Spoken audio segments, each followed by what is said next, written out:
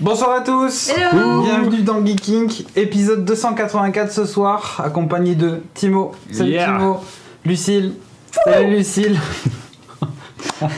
On n'a pas du tout la ridicule, c'est parfait. Pendant que la chatroom est encore en train d'envoyer des commentaires complètement dégueulasses, j'espère que vous avez passé une bonne semaine. Valgord, il pense à toi en tout cas. Oui, Valgord veut me mettre des pouces, je sais pas où, et je pense que j'ai pas trop envie de le savoir. Bref, donc j'espère que tout le monde va bien chez vous aussi dans vos contrées, que le mois de mars est tranquille. Si vous étiez dans la région de Montpellier, j'espère que vous n'avez pas eu énormément de neige sur la gueule, parce que voilà, on va parler météo au début des émissions. Alors, on a eu des giboulées de mars cette semaine. Voilà, ah aussi. oui. Ah oui, de la grêle, violent. etc. C'est la première fois que j'entendais mon chat miauler à la mort et il était bloqué dehors. Le temps fout le camp, tout fout le camp. Je pense que du coup, le seul refuge qu'on a, c'est de parler de pop culture et de culture. Exactement. C'est Il n'y a que ça qui nous vend du rêve. De toute voilà, c'est façon. ça. Il n'y a que ça qui nous vend du rêve. Faut bien se parce que réfugier Dans quelque notre part. quotidien Pour tout le pourri. reste, c'est pas top. Écoutez, j'espère que tout le monde va bien. J'espère que les gens qui nous regardent en direct aussi vont bien. Je pense qu'on va passer directement aux news.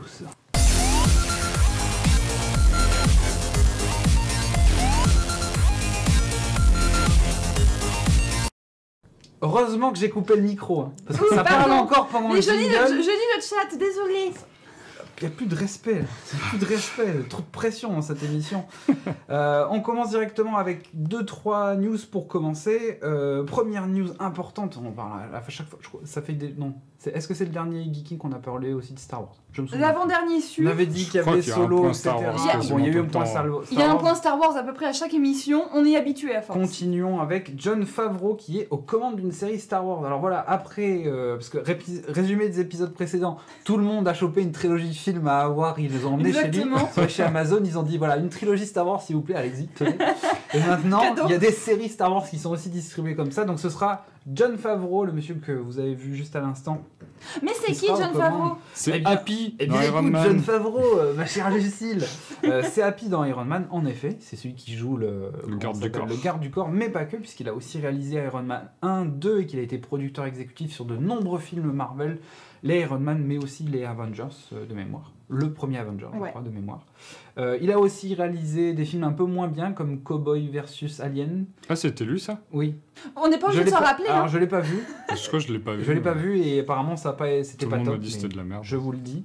Le livre de la jungle en version live. Ça non plus, on n'est pas obligé de s'en Pas vu non rappeler. plus. Pas vu non Je plus. l'ai vu, c'était très moyen. Moi, je trouvais D'accord. ça moche. Et aussi, il avait prévu en fait pour lui de faire le Roi Lion. Alors là, Ouais. c'est un remake du Roi Lion. Et C'est ça un serait film pas mal live de aussi Love du Cat. Roi De Lion. fi- de film live, ouais. Comme le livre de la jungle. En gros. D'accord. Bref, donc ce monsieur, il a fait aussi pas mal d'acting, etc. Enfin, il est un peu multitalent et c'est lui qui est aux commandes de la série Star Wars. Et encore une fois, ce sera sur la plateforme de streaming de Disney qui sera disponible en 2019, dont on vous avait déjà parlé 4 ou 5 fois déjà. Bref, du contenu pour cette nouvelle plateforme. Profitez-en si vous voulez regarder Star Donc, Wars du The coup, Clone Wars. C'est encore dispo sur Netflix. Ça va pas tarder à disparaître. Oui, tout à Mais fait. Disney mise du coup complètement à fond sur Star Wars pour leur plateforme de streaming quoi. En même temps, Maintenant c'est vu- officiel. Vu quoi. le prix qu'ils Il ont y a du acheté, contenu, quoi. il Ouais. vaut mieux, tu vois. Ah oui, oui. C'est Bah, comme ça quand tu va être- investis dans ton nouvel iPhone, si tu le laisses ton iPhone à 1000 balles et que tu le laisses sous une cloche de verre, c'est pas Ça ne hyper sert à rien. intéressant. Il vaut mieux s'en servir. Donc là, Mais une série live Star Wars, moi j'attends bien ça quand même. Hein. Ça peut être vraiment top. Il y en a jamais Ouais. eu. Ça va être une nouveauté quoi. Bah, encore une fois, ça va être où est-ce qu'ils vont se situer. Est-ce que ça va être Ouais. avant la prélogie, après la trilogie, entre les deux. Encore une fois, c'est qu'est-ce qu'ils vont raconter. Quoi. Ouais. C'est la question qu'on se pose tous sur Star Wars Solo, Star Wars Story. ouais, sait mais pas ce qu'ils encore vont une fois, raconter. ça peut être Mais intéressant. pourquoi pas? De contenu série est toujours intéressant parce que ça permet de plus développer des personnages, Ouais. parce que tu as plus de temps à Puis suivre ça avec eux. apporte une mythologie Et, encore plus aussi. Ouais, il y a moyen de creuser un peu plus loin. Et moi, je dis pourquoi pas. Je veux du contenu. Et Star Wars, comme c'est Disney, il y aura des moyens, donc il y aura de beaux effets spéciaux. Enfin voilà, c'est Star Wars, ils vont pas faire de conneries avec quoi.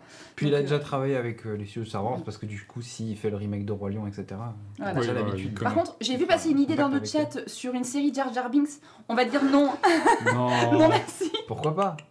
Non, mais tu vois, enfin, exemple à la con, J'y vais pas s'ils se pourquoi servent de la prélogie, de la timeline, Ouais. le moment de la prélogie pour faire d'autres histoires et raconter d'autres trucs de la même façon que les séries Clone Wars animés sont hyper bien. Alors moi, j'ai oui. pas tout vu, mais Clone Wars, du peu que j'ai vu, c'était quand même super bien foutu. Ouais, mais j'ai re-regardé Et- les 2 saisons disponibles sur Netflix, les 2 premières saisons de The Clone Wars.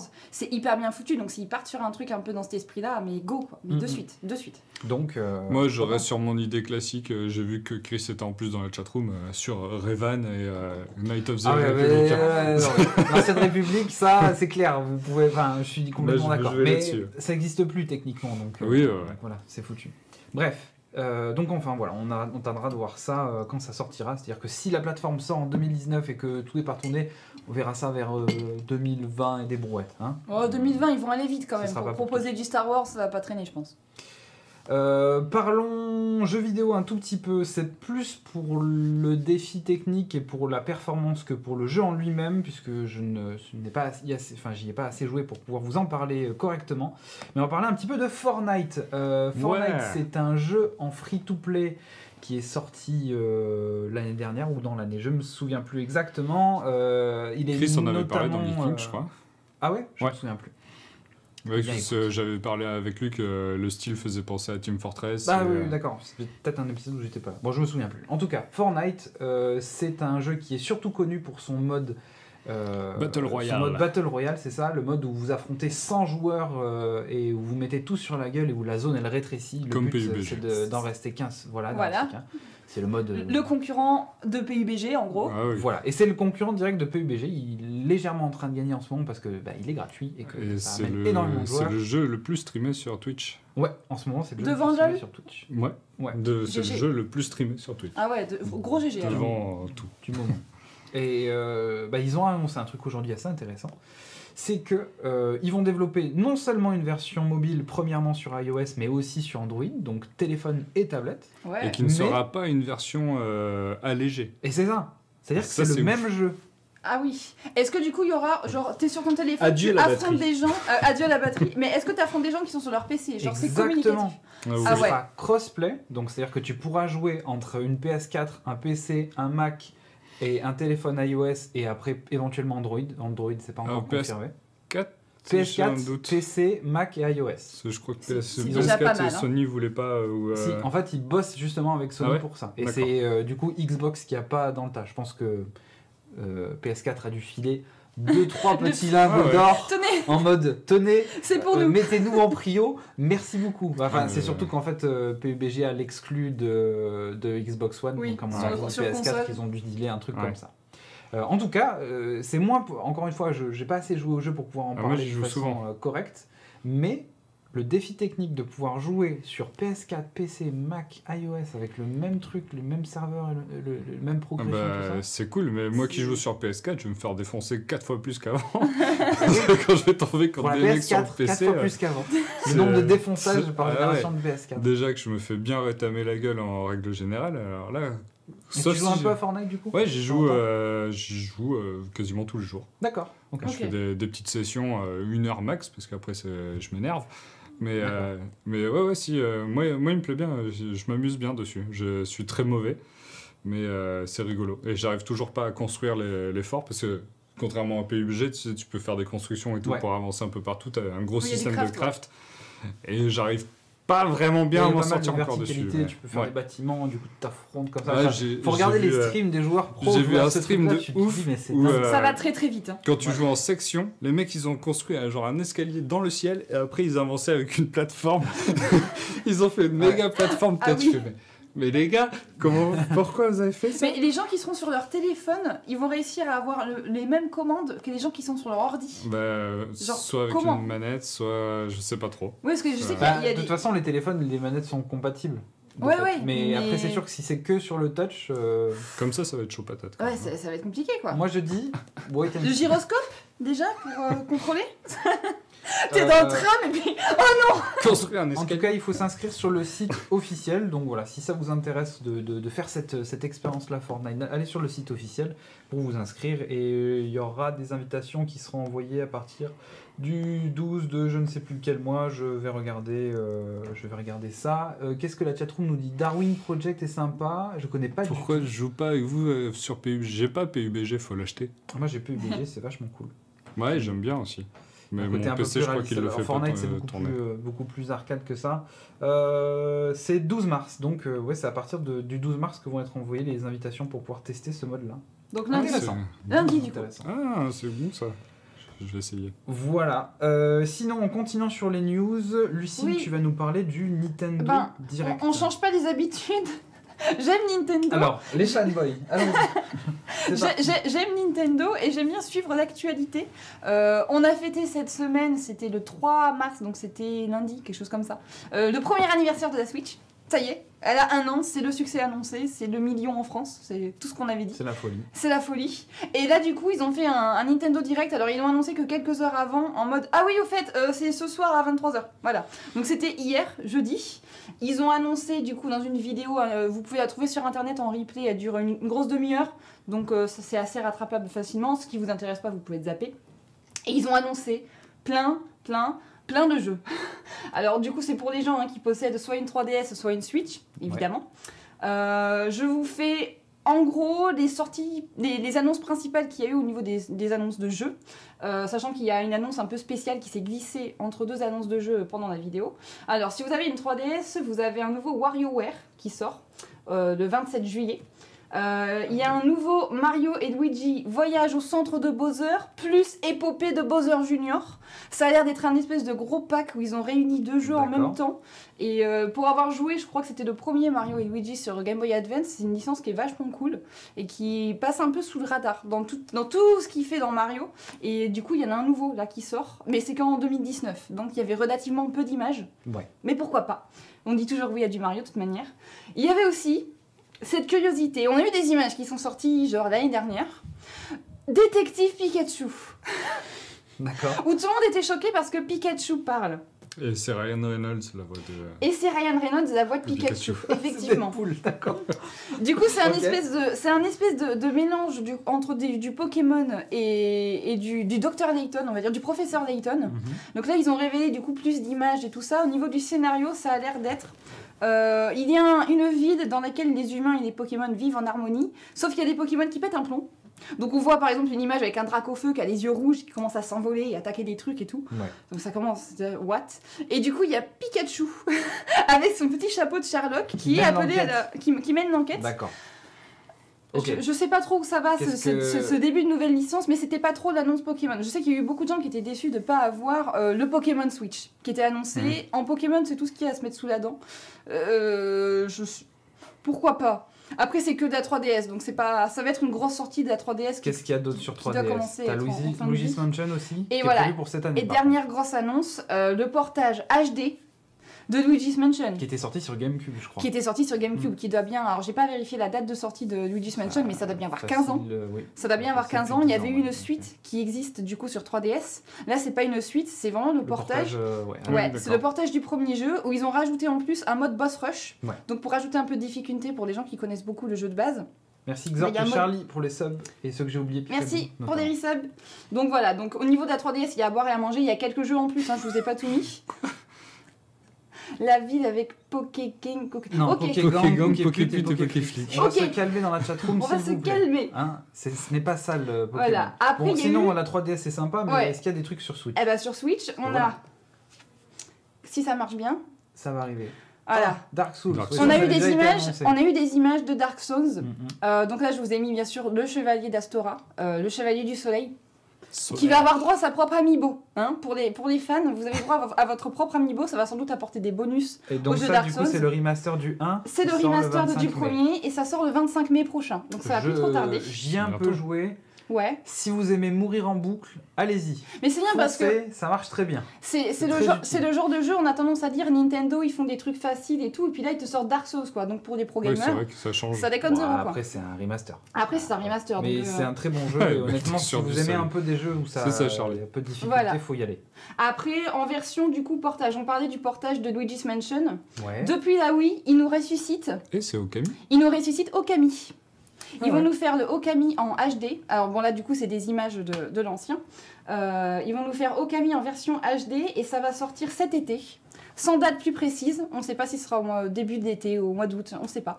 Mais c'est un jeu qui avait beaucoup marqué. Il avait eu une suite aussi sur DS qui était assez Je sympa. crois que c'était un des premiers jeux en cel shading comme ça. Ouais, et alors graphiquement, les gens il qui l'avait connaissent tout pas, fait. allez regarder des vidéos et tout ça. Ce jeu est Ils magnifique. sont tués au calme. Et c'était une petite surprise de ce Nintendo Direct, un remake HD de ce jeu, c'est vraiment une bonne idée. Ouais. C'est très très très très bien. Qu'est-ce qu'on a d'autre? On a un nouveau jeu RPG aventure qui sort, qui s'appelle Octopath Travelers.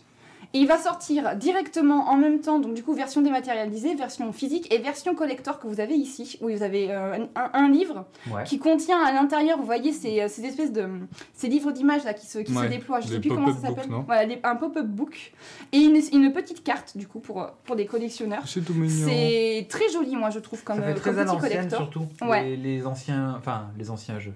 Je te parle de ça, c'était les vieux jeux PC à l'époque et les trucs d'aventure Ah oui, et j'avais la compagnie. grosse boîte. T'avais toujours des grosses boîtes avec des cartes et des Ouais. trucs que t'avais un petit peu en plus. C'est super joli, Ouais, donc c'est du coup rigolo. c'est un jeu de rôle, hein, un jeu d'aventure. Et il y a eu des images dans le trailer, ça a l'air vraiment très sympa. Ok. On a aussi, toujours en remaster et en remake et en retour, Ah ouais, Crash. c'est On pas a une exclu. la trilogie PS4. Crash. Ouais, voilà, bah, du coup de Sony, ça arrive chez Nintendo. On a la D'accord. trilogie Crash qui arrive. Pour la date, du coup, Ougda. ce sera Toulou, toulou. que je retrouve ça. Le 10 juillet. Le 10 juillet, on retrouve Crash. On a eu d'autres annonces. On a Kirby Star Allies qui arrive. Un nouveau jeu Kirby. Donc, la petite boule rose dans Smash Bros.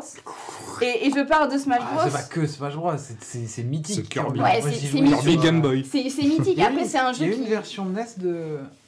Merde, je me souviens plus. Une Il y avait version une version NES NES de Kirby. Je crois Je que sais pas. c'est un des premiers Moi, jeux j'ai que j'ai joué joué que sur Game Boy, moi. Je ne sais pas. Voilà. Après, qu'est-ce qu'on a eu? Je On a me eu rappelle d'un Kirby sur NES. Mais une je suis autre pas sûr. surprise. Undertale. Qui va arriver sur Switch. Alors, la petite annonce était très sympa, la vidéo était très très courte. On a ces Ouais. deux personnages qui parlent et qui disent on arrive sur Switch. Et à la fin, ils te disent qu'ils n'ont pas de date. Donc, on ne sait absolument pas quand ça va arriver. Voilà. On va Ça arrive. Ça arrivera un jour. C'était la petite news un petit peu troll en fait. Genre, Undertale. Mais on ne sait pas quand. C'était assez bien joué. C'est Crash Ok. Team Racing qu'il faut ressortir. Mais trop Valgore. Ouais, effectivement. Ça marcherait super bien sur Switch en plus. J'avoue. Parce qu'attends, c'est lesquels de Crash? C'est la La version. trilogie. La Ouais. trilogie. C'est la trilogie. Ok. Exactement. Du coup, C'est on a- le jeu de plateforme. Il n'y a pas le Racing dedans. On a une confirmation de date pour Hyrule Warriors, du coup le 18 mai, donc le jeu de baston un peu Ouais, dans l'univers dans- Zelda. de l'univers Zelda, du coup c'est pour le 18 Qui avait mai. été annoncé. ouais, On a donc là, on la a eu date. une grosse vidéo de gameplay du prochain Mario Tennis. Alors Mario Tennis, moi perso, j'y Ça ai se joué fait sur toujours, ça ouais, et ben moi j'y ai joué sur GameCube, Ouais. ils en ont pas sorti il me semble sur Wii tout ça. Et là ça redébarque. Au niveau du gameplay, ils ont rajouté tellement de choses. Alors là ce que vous voyez, c'est un tir ciblé où avec le gyroscope, tu choisis l'endroit où tu tires. Il y a du coup il y a plein de nouveaux coups. En nouveau personnage, ils ont mis le chomp. Cette espèce de gros boulet là. C'est le chien avec L'espèce une de gros chaîne chien boulet là. dans Ah oui. Mario 64. Il y a le chomp qui va être un personnage jouable. Un mode en ligne, donc si tu veux te faire casser la gueule par des japonais à Mario Tennis, ce sera possible. Ok. Et, Et pas par que des japonais, je sais Comme pas moi pourquoi dans les Dragon Ball. japonais, mais. les japonais Tout sont le très monde. très forts. Les D'accord. japonais sont très très forts. Et au niveau du contenu, du coup il y a des tirs ciblés, il y a un espèce de truc où tu arrêtes le temps pour courir plus vite, pour aller rattraper la balle, plein de choses. Et quand j'ai vu ça, je Bullet disais ah oui, time. il la ressuscite bien la licence Mario Tennis, ils en font quelque chose et moi je dis pourquoi pas. Ok. Donc Qu'est-ce qu'on a après Mario Tennis, ce sera au mois de juin, sans date plus précise. Et qu'est-ce qu'on a? On a aussi des mises à jour pour ARMS et une extension pour Splatoon 2. Donc ça, ce je sera pense cet que été. ça avait été parlé aussi dans Geeking. Voilà. C'est sûrement Hugues qui a dû en parler. Ouais, pour Splatoon, vous avez un événement, Nintendo sera... j'ai oublié le nom. C'est pas la Japan Expo, c'en est un autre. Un gros événement sur Paris. J'ai oublié le nom, c'est dans le Comic-Con trailer. Non. Non. J'ai oublié le nom, je suis Paris vraiment Manga. désolée. Non, encore une autre. Il y a un gros événement sur Paris. Ça va, hein. Désolée, c'était dans le trailer, j'ai oublié Bon, c'est le pas nom. important. Voilà. Il y aura un gros événement Splatoon. Un événement Splatoon. J'en avais parlé dans un GMZ, on a South Park, l'Anane du Destin, qui lui va arriver le 24 avril directement avec les DLC du coup. D'accord. En Parce mode que- Game of the Year, quoi. Voilà, le jeu était sorti au mois de novembre dernier, là il arrive sur Switch en avril directement avec tous les DLC. Non, c'est donc pas le plutôt salon de cool. l'érotisme non plus. La PAX Paris, dit Virida. Je sais plus, j'ai Bon, c'est pas grave. un gros bug. Et Et Bah, je vous mets Moi, je l'image. dirais, c'est le plus important. Mais Parce je que vous mets ça a l'image. parlé Splatoon pendant une dizaine de minutes. Bah, en gros, etc. ils ont bien trollé tout le monde. C'est-à-dire qu'ils ont parlé Splatoon pendant 5-6 minutes Ouais. sur une vidéo de 35 minutes, donc c'est quand même pas mal, Ouais. en décrivant en détail tout ce qu'il y a dans l'extension Splatoon. Ils disent « Ah, on a un dernier truc à vous montrer », et là, ils balancent cette vidéo où c'est encore du Splatoon. Donc c'est vrai que quand on regarde ça, on dit « Mais qu'est-ce qu'ils font ? Mais qu'est-ce qu'ils font ?» Et là, on a ça. Et là, on a ça qui arrive. Le Saint Graal. Le Saint Graal. Celui qu'on attendait tous. C'est quoi? Oh, mais... Et c'est Smash Bros. Ah Super putain, Smash On a Smash Bros. le et pire jeu surtout- de l'univers. Mais surtout, Je déteste ce jeu, je comprends rien. Je Alors, comprends rien à ce jeu. le meilleur jeu de tous les temps, les gens. Alors, C'est tout. alors C'est ça. je dois avouer que je suis pas comment dire, je suis pas un fanboy Nintendo, mais Smash Bros, c'est pour moi C'est un du des génie. meilleurs jeux de combat que j'ai pu jouer de mes mains. Il a j'ai 15 ans, jamais il est Tellement toujours de joué en fun tournoi. sur ce jeu. C'est vraiment du pur fun. Et surtout, ce Smash sur Switch, il va sortir dans l'année. Donc c'est même pas pour plus tard comme ils ont fait pour l'autre jeu où c'est quelque part en 2019, c'est en 2018, c'est sûr. Et c'est pas un portage de la version de Smash Ouais, 4. C'est pas un portage de la version un Wii jeu U, c'est un original. nouveau Smash. Oui, c'est la grosse annonce que tout le Alors, monde attendait. voilà, je tiens à annoncer que Et il est là. pour l'instant, je me sentais pas d'acheter une Switch. C'est peut-être le moment où Ouais, je passe du côté ouais, obscur ouais. de Nintendo. Et là encore, je vous ai mis quelques annonces, il y en a eu beaucoup plus Bien joué, dans Nintendo. ce Nintendo Direct. Il manque encore, il y a des gens qui ont des espoirs pour un Monster Hunter World porté sur Switch, c'est pas Enfin, encore fait. Quand même. Pour un Pokémon sur Switch où il y aurait un monde ouvert, plein de choses comme Monster ça. Hunter, C'est c'est pas pas encore sorti fait. sur Switch? Non, pas encore. D'accord. Non, Voilà. pas le meilleur jeu, mais c'est pour moi un des meilleurs jeux de combat Mais c'est pas un jeu auquel de j'ai pu combat. jouer. Enfin, Si. Ah, franchement, il est dans les jeux de combat C'est un méga jeu où tu cultes en fait. sautes et t'appuies sur n'importe quel bouton, ça envoie quelqu'un Non, mais quelque part. Il est dans Et tu cette sais pas comment catégorie avec revenir. il est dans cette Tellement de catégorie fun, avec les gars. genre avec SF2, avec les Mortal Kombat, genre ces catégories de jeux cultes, les Soul Calibur. Ouais, je les Ces mettrais jeux de- peut-être ces pas à jeux ce de niveau-là, combat mais- cultes. Soul Calibur, ok, c'est un jeu de Ah mais si, mais Smash Bros Melee, il est dans les quelques jeux Ah ouais, mais de je- baston méga cultes. Mais quoi. je sais que c'est un Et, truc super culte. je suis Je d'accord parle qu'ils de sont jeux pas de tous combat, c'est excellents. toujours le bordel. Je comprends Mais toujours- rien, quoi. C'est une baston. C'est le Je suis d'accord baston que du genre jeu. Brawl sur Wii était moins bien, même s'il y avait un mode aventure qui était cool. Ouais. Smash 4, il avait relevé de niveau. Moi, j'étais juste déçue qu'il n'y ait pas les Ice Climbers, parce que c'est mes persos principaux avec lesquels je joue. Mais là, j'ai beaucoup d'espoir pour ce. J'espère qu'ils vont les remettre Moi, sur c'est pas compliqué, on en a parlé ce matin. J'ai Ouais. le thème de Smash Bros dans la tête depuis ce matin. Donc, Voilà. c'est dire Le si menu. ça m'impacte. le menu Smash Bros. Enfin, Voilà. Bon, C'était passons du à autre génie. chose. Merci Nintendo. Moi, c'est On pas vous ce aime. thème-là que Attends, il est pas sorti le jeu. Il est pas sorti, mais on Wait attend and déjà. see, mais ils mettent l'hype. ces petits On attend salauds. déjà. Voilà. Sinon, parlons de quelque chose de complètement différent. On va parler de Mute sur Netflix. Est-ce que je suis le seul à l'avoir vu? Oui. Superbe. Je n'ai pas eu le temps de le voir. Ah bah écoutez, je vais Je essayer sais de vous même pas donner ce que envie c'est, De quoi ça parle de voir ce film-là. Mute, c'est un film sur Netflix, c'est de Duncan Jones, réalisateur de nombreux films, notamment Moon. Il y a aussi Warcraft et il y a un autre que j'oublie. Attends, c'est Ouais, marqué la sur suite l'affiche de du Moon. coup. Hop. C'est pas une suite, Mute? Non, pas du tout. J'ai cru lire que c'était Oh. la suite de Moon. Alors, j'ai pas vu Moon, donc du coup, je pourrais même pas D'accord. dire. Est-ce qu'il se regarde tout seul en Donc tout cas c'est Moon A Source priori. Code et il a aussi réalisé le film Warcraft. On vous en avait parlé quand le truc était sorti puisque c'était en plein Super Bowl. Je crois qu'ils avaient balancé le film ou un truc comme ça. Non, je me souviens plus. Oui, il y Non, avait eu une non, annonce. Non, c'était un autre film. Ah, ok. Ils avaient une annonce, voilà, que Non, qu'il allait Super Bowl, sortir. c'était Ah oui, c'était Cloverfield. ouais, C'est c'est ça, ça. Cloverfield. C'était Cloverfield. C'est un projet vachement personnel puisque Duncan Jones, il y a bossé pendant 16 ans, qu'il a jamais pu le Ok. faire, etc. 16 ans. Ouais, apparemment il a rebossé Ah ouais. sur le script pendant 16 ans, etc. Ah oui. Ça c'est le glaçage. Je vais vous parler du cake, du gâteau. Donc ça parle de quoi? Ça parle de Léo, qui est un barman dans un Berlin en 2050. Ouais. Il est amish en Eh. quelque sorte, c'est-à-dire que Il est d'Entrebleu, lui. il a été élevé dans une famille qui rejette un peu la technologie, etc. Il lui arrive un accident quand il est enfant et du coup il se retrouve muet. Donc il est muet dans un Berlin de 2050, donc avec tout ce que vous pouvez imaginer de Blade Runner-esque. J'aime pas du tout cette expression, mais c'est pas grave, je vous ai mis 2-3... Ah, c'est Alter Carbone. Voilà, je vous ai mis un petit gif ou deux pour vous montrer C'est un grand blond baraque. à quoi ressemblent les environnements. Le mot Blade Runneresque ressort beaucoup en ce moment, je trouve. Ah, C'est un univers qui inspire beaucoup. Surtout chez On tombe Netflix, sur le c'est- cyberpunk en ce moment. Donc, Ouais. Bon, enfin bref, Ça, c'est trop je vous ai ça. mis, je vous ai mis 2-3 images pour vous montrer à quoi ça ressemblait. Donc ce personnage-là C'est de Rick Léo, Northman. il est muet et il peut pas parler, etc. Ouais, c'est Ok. le principe. Il partage, C'est comme lui. il partage sa vie avec Nadira, une serveuse qui travaille aussi dans le club, dans la boîte dans laquelle il est. Et cette serveuse-là, cette Nadira, va disparaître. Ouh. Et on se demande ce qui se passe. Et ça, c'est le début du film.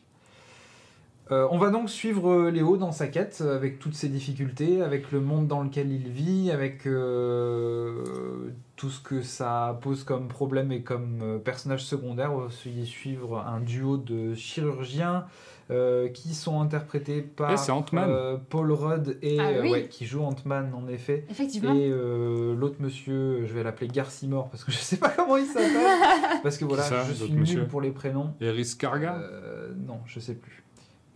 Non, c'est pas Michael Robert Johnson, c'est un autre. Bref. Donc voilà, on va suivre un petit peu tout ce monde-là dans un espèce de Berlin un peu futuriste. Je vais pas vous spoiler, mais je vais vous parler plutôt du film. Esthétiquement parlant, c'est très joli. Et je pense que c'est ça qui est le plus probant dans l'histoire et ce qui compte le plus. C'est vachement joli, c'est très beau, c'est bien joué. Qu'est-ce qu'il y a ? Faut que je mate mute Atlantique. Je mate. Ah ok. Oh mais non. Charlie qui sort des grosses blagues. Donc en fait, voilà, artistiquement parlant, c'est vraiment très joli. Et Oh la vache, la moustache qu'il a. Ouais, Paul Rudd, il a sorti des moustaches sur cet épisode-là. Mais du coup, t'en as pensé quoi? J'ai pas accroché. Ah. En fait, voilà, le truc c'est que esthétiquement parlant, c'est vraiment très joli. Le jeu d'acteur, il passe bien. C'est vraiment très beau, c'est très joli, etc. Il n'y a vraiment aucun souci là-dessus. Enfin, la photo est superbe et compagnie. Vous pouvez voir hein, sur les images, etc. Il y a de bonnes idées. Je crois que le seul truc que j'ai trouvé un peu cheap, c'est les voitures qui volent, qui font un peu, bon, tu dis pourquoi pas. Et bien, le scénar m'a laissé un peu Muet. muet. J'ai pas trop quoi su penser du film. C'est dommage parce que j'ai voulu en parler parce que encore une fois le film est assez beau et je me dis c'est assez cool de voir ces films de genre et une histoire qui au final pourrait être située n'importe où parce qu'une histoire d'un barman muet qui perd sa gonzesse. Oui, c'est pas obligé que ce soit futuriste. Enfin, sa gonzesse, excusez-moi, sa petite amie. Sa meuf. C'est pas. Sa meuf, wesh, ça couffe. Qu'est-ce que je fais là, moi?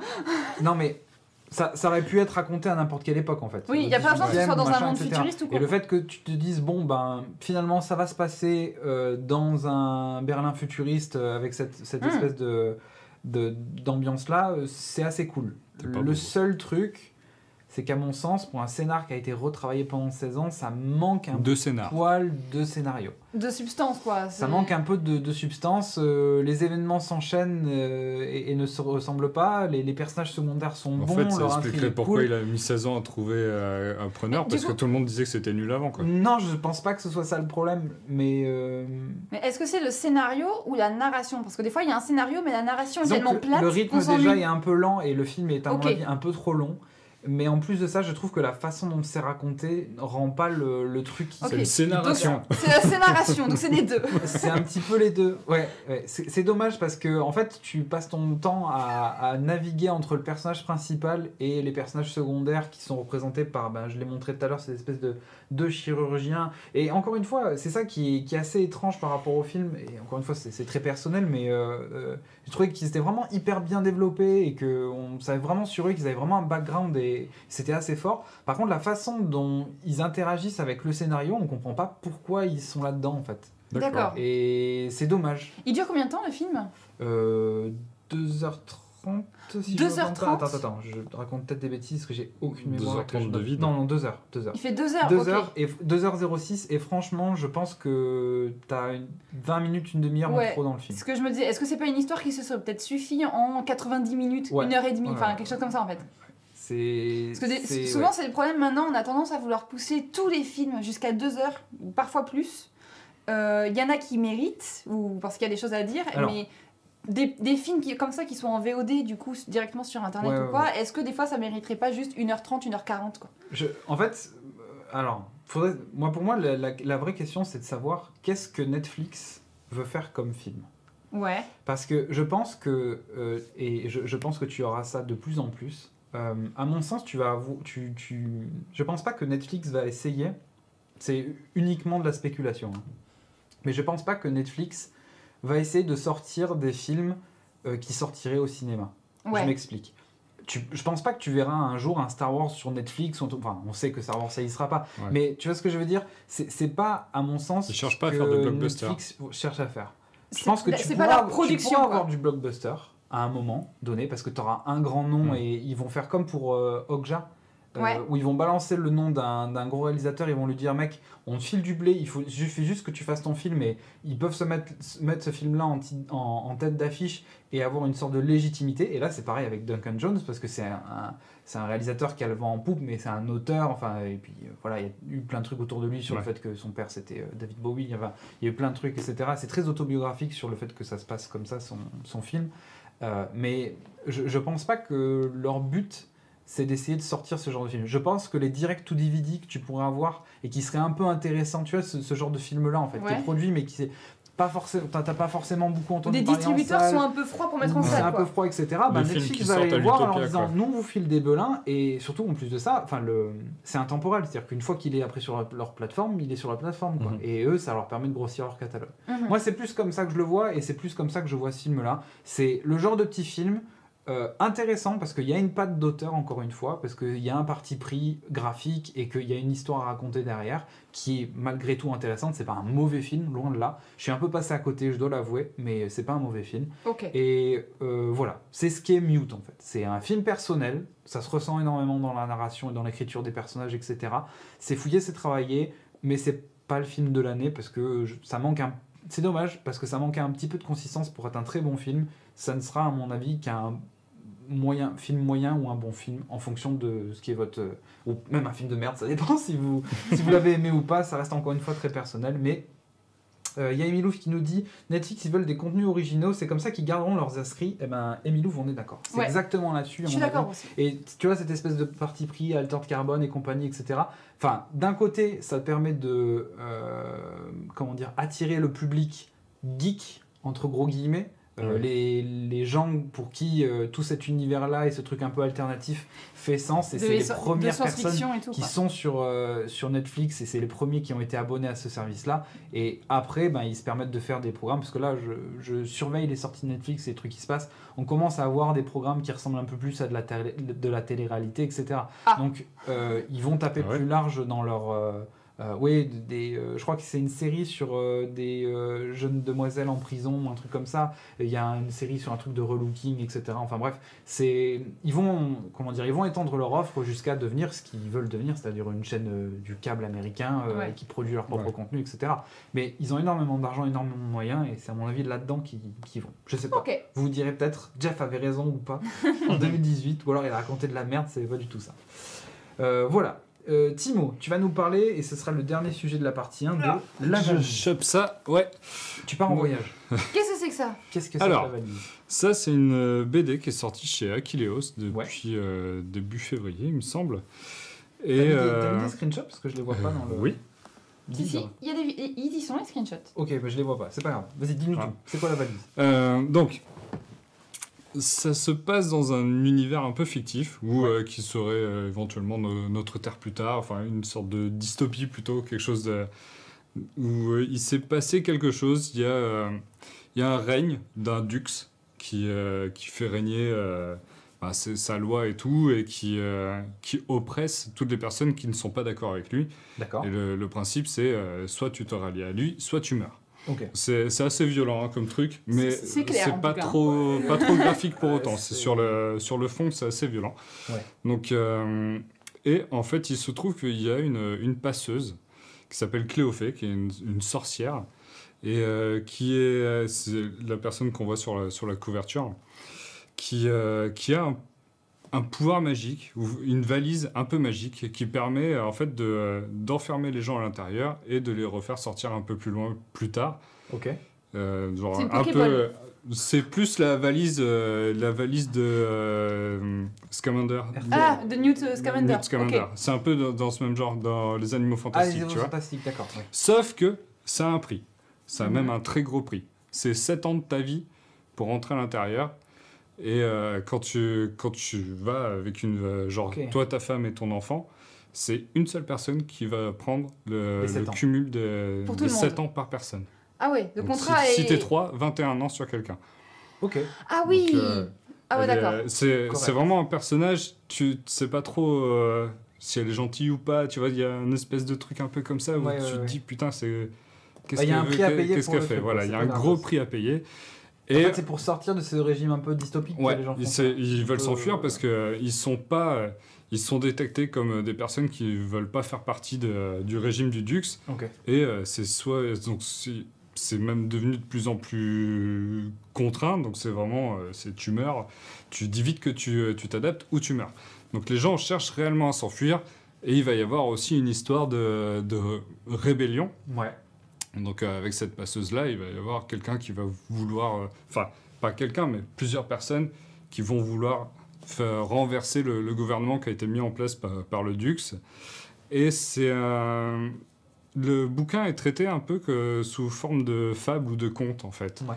Parce que ça va être autour de quand tu veux faire le bien, jusqu'où tu es prêt à faire le bien, Ouais. le prix à payer Ouais, qu'il y a derrière. Quel est le prix à Et, sacrifier pour ça, quoi. une fois que tu as du pouvoir, qu'est-ce que tu en fais? Je- C'est quelque chose qui je tourne regarde. autour de ça réellement.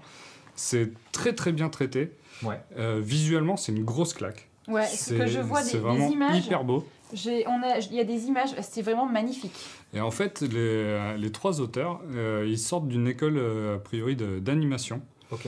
Et on sent le passif de l'école d'animation Ouais, derrière au niveau de la mise en page, au niveau de rien En que de termes la de couleur. la composition aussi, Ouais. des plans, on va dire, des cases, c'est hyper joli. Alors, moi, j'adore ces dessins avec des gros contrastes entre des noirs et des blancs, Ouais, des choses ouais. comme ça, en fait. Et là, ça Et il fait y a un peu des ça. contrastes encore plus poussés suivant les pages. Où tu vas avoir très, des très pages joli, hein. complètement jaunes, des pages complètement rouges, des pages complètement vertes qui sont... Le but, c'est de te faire ressentir certaines émotions. Ouais. Il y a Et, un gros boulot sur les regards des personnages. je trouve. Ouais. Sur les tours Oui, des on a yeux. des images là. Mais c'est... Ah, c'est très très beau. Hein. Et j'ai eu la chance de participer à une masterclass organisée par Aquileos à la Zone du Dehors, c'est une librairie qui est à Bordeaux, où ils parlaient de leur processus de création autour de la création de scénarios de BD, Ouais. de scénarios même de... Et on a vu le processus de création qu'ils ont eu tous les trois ensemble, donc c'était très collaboratif, ils travaillaient tout le temps ensemble et tout. Et c'était vraiment hyper intéressant tout le travail qu'ils ont mis pour arriver jusque-là. Donc, et ça se ressent vraiment dans la BD, quoi. Au final, quand tu la lis, tu fais ouais, tu vois bien le truc. Alors, petite annonce en même temps, à cette masterclass, ils ont annoncé leur prochain projet. Donc, il n'y aura pas de suite de la valise, hein. C'est vraiment un truc c'est à en part. un tome. Ouais. Ok, ah, c'est chouette ça. C'est un one-shot. Ok. Et ils vont sortir une série plus tard plus orientée à comics. Et ça tournerait autour de cet jeunes univers-là. adultes. Non. Ah, ok. Vraiment, cet univers, c'est fini. Ils veulent pas continuer dessus pour être sûr de ne pas dénaturer le personnage de Cléophée qu'ils ont mis en place. Ok. Ils veulent pas trop jouer là-dessus. Et même quand tu vois le truc, ça suffit à lui-même. l'histoire quoi. se boucle, ouais. Là, le prochain truc, ça va être plus comme si on était dans le monde d'Harry Potter, mais ils avaient fini l'école, ils voulaient rentrer dans la vraie vie. C'est des magiciens Ouais. qui vont rentrer dans la vie active. Donc et ça, se c'est rendre leur compte prochain que projet c'est au team leur qui ont fait prochain ça, quoi. projet, ouais. Ok. Et j'ai vu des images et tout, ça a l'air aussi top Ok. que ça. Mais là, c'est hyper beau. Enfin, genre, Ah ouais, non, mais il y je a pense des- qu'on doit rien voir à la caméra si je monte, mais Non, quand on on parlait va rien voir du tout. d'images. Mais c'est génial, le changement de ton à chaque fois, entre le Dux, la rébellion et tout, il y a une espèce de chronologie Ouais. qui se passe au niveau de la mise en page, qui est complètement ouf, jusqu'à un certain point où certains points de lumière qui te paraissent positifs, tu dis putain, ça c'est beau, ça va être bien, jusqu'en excès, finissent par te mettre mal à l'aise. Ouais. Et ça joue énormément sur le ressenti du truc, sur l'histoire. C'est vraiment top. Ça coûte 17 €, il y a 192 pages, je crois. Ouais. Et c'est des Français, du coup, qui ont fait ça. Et c'est vraiment top. Donc je vous le conseille énormément. Ok. Ok. Donc ça s'appelle La La Valise. valise. C'est chez Akileos, c'est cartonné 112 pages pour 17 €. C'est ça. Franchement, Voilà. Et ça a l'air chouette. c'est Akileos, c'est les copains d'à côté à Bordeaux. Exactement. À Talence, même. C'est chez nous. Talence, quand même. Donc voilà, bisous à eux. Et si ça vous intéresse, eh ben, allez acheter tout ça. Écoutez, c'est fini pour la partie 1. On va passer directement à la partie 2 de l'émission.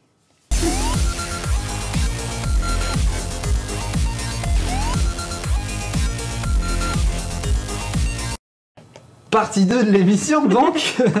Après ces fails-là, on a perdu Lucille, mais on a retrouvé Jessica Jones. On vous en reparlera à la fin de l'émission. Et je vais vous parler de Into the Breach. Into the Breach, petit jeu développé par le studio Subset Games. Alors là, déjà, 2 noms que vous ne connaissez pas. Non. Qu'est-ce qui se passe? C'est quoi? C'est quoi? Vous connaissez Mais qu'est-ce le donc jeu FTL? C'était un petit jeu sympathique. Faster Than Indé. Light. Voilà, Faster Than Light. Non. C'était en temps réel où tu pouvais mettre des postes, tu avais un petit vaisseau et tu te déplaçais vers comment dire, des systèmes solaires lointains pour pouvoir gagner à la fin de ce. Ouais. Et t'avais la ces gestion de ton combats. équipe dans ton vaisseau en fait. Tu avais la gestion de l'équipe dans les vaisseaux, des systèmes de ton vaisseau. Vous savez, dans les films ou dans les séries comme dans Star Trek où ils disent mettez plus de puissance sur les boucliers, mettez des puissances sur les armes. Bah, tu pouvais faire ce genre de truc là. Ça a eu beaucoup de succès. C'était un jeu qui était pas hyper cher, hyper complet et surtout qui bénéficiait d'une rejouabilité exceptionnelle. Donc, si vous ne connaissez pas FTL, arrêtez tout de suite cet épisode. Allez taper un petit peu, c'est un très bon jeu de stratégie. Et de gestion, parce que voilà, tu gères ton vaisseau et voilà. Et donc, ces développeurs-là, les créateurs du fameux FTL, ils ont sorti un jeu qui s'appelle Into the Breach. Je vous en avais déjà parlé dans un Geeking, je pense, au moment où ça avait été annoncé, j'avais dit ziotez ça. Dans GMZ. Non, Du coup. dans Non, un Geeking. dans un autre Je Geeking, crois que c'est ok. dans un Geeking, j'en avais parlé, mais j'ai dû sûrement en parler à peu près partout parce que je suis assez fan des développeurs. Donc, Into the Breach, c'est quoi? C'est un petit jeu de stratégie en tour par tour. Si vous avez déjà joué à, par exemple, Advance Wars sur GBA? Game Boy, ou Ouais. je crois qu'il y en a eu aussi sur 3DS, c'est quelque chose qui vous donnera peut-être un petit indice là-dessus. Comme vous pouvez le voir, le plateau de jeu est minuscule. Ah oui, il y a C'est 8 quoi, x 8, il y a 64 8, cases oui. par map, donc il y a énormément de maps différentes, etc. Mais l'aire de jeu est toute petite, l'interface, comme vous le voyez, est minimaliste. Alors là, attention, on est encore sur un petit peu de game design, mais remarquez la façon dont la petite carte est faite en losange, pour que vous puissiez avoir la zone de jeu au milieu et que sur chaque petit côté, vous ayez les éléments d'interface. L'interface, C'est bien designé. C'est beau. C'est bien pensé. C'est Ouais. beau, c'est bien pensé, c'est bien joli, c'est bien sympa. Le principe, c'est quoi? Vous avez une équipe de 3 mechas. Vous avez 3 robots. Vous avez 3 robots de base et en fait, au fur et à mesure de l'aventure, de savoir si vous avez gagné ou pas, vous allez débloquer des robots différents. Ouais. Je reparlerai de la rejouabilité plus tard, mais il n'y a pas que les robots que vous avez au début, vous pouvez aller un peu plus loin que ça. Et le but du jeu, en fait, ça va être de voyager à travers plusieurs petites îles. Donc là, je vais vous montrer, vous avez des îles glaciaires, vous avez des îles toxiques, vous avez des îles désertiques, enfin bref, vous avez ce genre enfin, c'est des espèces de biomes, hein, tous avec des spécificités un peu différentes. Dans la glace, ben, forcément, on se fait geler. Dans le désert, il y a des espèces de bancs de sable, là, comme vous pouvez le voir, et du coup, ça vous empêche de pouvoir tirer correctement. Si vous êtes dedans, vous ne pouvez plus tirer nulle part. Là, dans les éléments un petit peu toxiques, ben, forcément, il ne faut pas traîner dans les zones d'acide, parce que sinon, votre armure sera défoncée, et dès que vous ferez tirer dessus, vous êtes foutu. Tout ça pourquoi? Pour en tour par tour tuer de méchants aliens, de méchants grosses bestioles venus vous embêter. Donc c'est robot contre alien Ouais. insecte. Si vous voyez Pacific Rim, c'est à peu près le même principe. Comment expliquer ça de façon assez simple? Vous avez 3 robots en fait. Et ces 3 robots-là, vous pouvez pas trop avoir plus de personnages dans votre équipe. Ouais, vous avez des petits moyens de temps en temps, il y a des petits alliés qui vont vous aider, etc. Mais la plupart du temps, vous allez être maintenu que sur 3 robots. Et de temps en temps, en face, vous allez peut-être en avoir 5 ou 6 en même temps. C'est vite le bordel. Ok. Ok. Donc le but, c'est d'éviter de crever forcément, mais c'est éviter que la population prenne énormément de dégâts. Donc vous allez avoir une grande partie du jeu, je vais vous montrer un exemple là avec le GIF qui arrive.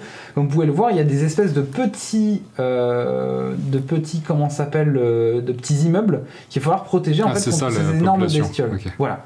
Et alors autant quand tu fais le jeu en facile, ton but ça va être 90% du temps de défoncer la gueule à à toutes les bestioles présentes sur la carte.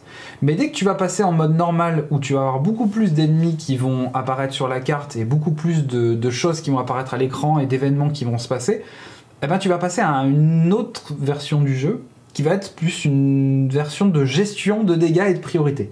D'accord. C'est-à-dire qu'en fait, tu vas t'amuser à anticiper ce qui va se passer.